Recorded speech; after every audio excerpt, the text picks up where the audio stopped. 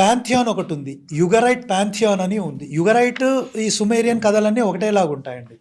So దాంట్లో ఏంటంటే ఆకాశంలో ఉండే దేవుళ్ళు కొందరు ఉన్నారు, ఎన్లిల్ ఎల్ అని కొందరు దేవుళ్ళు ఉన్నారన్నమాట.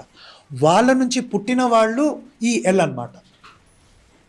అంటే పైన ఆకాశంలో కొందరు దేవుళ్ళు ఉన్నారు, వాళ్ళు ఇంకా కొందరు దేవుళ్ళని పుట్టించారు. దాంట్లో ఎల్ అనే దేవుడు ఉన్నాడు అనమాట. ఓకే. సో నథింగ్ బట్ ఈ ఇలా నుంచే కాపీ అనమాట.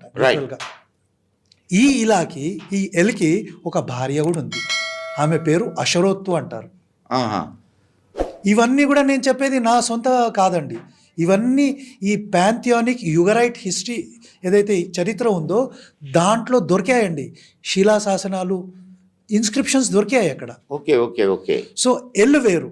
సో ఈ ఎల్కి ఎషరాకి పుట్టిన వాళ్ళు ఉన్నారు కదా, 70 మంది ఉన్నారు కొడుకులు కూతుర్లు. ఆ 70 మందిలో